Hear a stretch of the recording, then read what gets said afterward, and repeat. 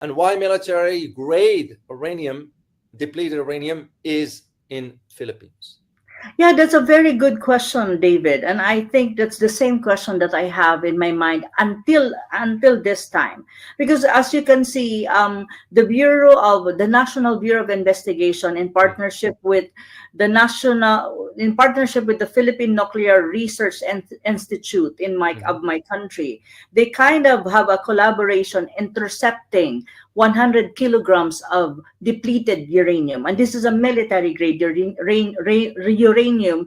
The Yeah. depleted uranium were identified to contain isotopes, specifically Wow. uranium 235 and uranium 238.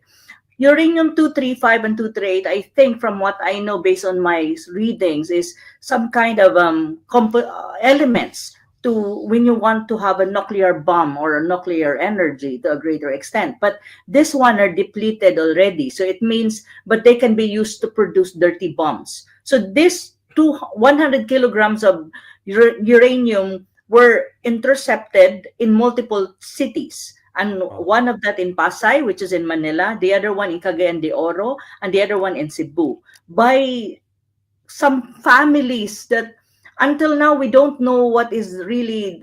There's no explanation, there's no characterization of those who were carrying this depleted uranium in the country. And until now the investigation has not really made public why there is such a thing as military grade uranium in the country. At the moment there was no public disclosure, and Yeah. I don't know what's we actually the public, we don't know what's going on really with the investigation. And so there are a lot of controversies surrounding this uranium, 100 kilogram of uranium, that the public is kind of blind to it. And also it seems like it's being downgraded in media, because right after the NBI, the National Bureau of Investigation, some kind of a press conference, after that nothing, no news anymore. Even the Mhm. media is not even looking at this, in investigating this in a way deeply. And after Yeah. that day there's nothing more information. And one thing though that also is a very curious is the interception of this uranium happened in October 28th, but the press conference only happened in December, toward I Mm. think last third week of December. So there's Okay. a gap, and what happened between those times that there was no public information on this. So there are controversy. One of that would be how these radioactive materials, because these are radioactive materials, Yeah. enter the country and how it was transported in multiple cities. And second to that would be these are hazardous materials. It has an impact to the health of the people, and at the same time environmental contamination. So these are specific issues that until now the public is not aware. There was no Yeah. public information as to this regard. The Malacanang Palace, the president is so quiet about this. Even the armed forces of the Philippines is quiet.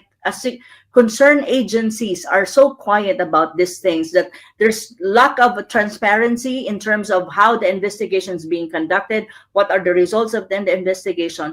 And the other one is in terms of accountability. There's no such thing as accountability.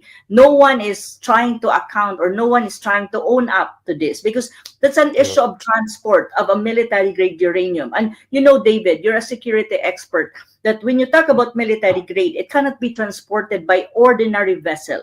It can only be transported by a military vessel, because it's True. a military grade and because of its hazardous material. So that is even the question right now, where it came from, where this 100 kilograms of uranium came from, the origin of it. And another thing that is playing in the minds of Filipinos, and there are a lot of speculations Hmm. about this issue, Hmm. is there are two areas that they were discovered.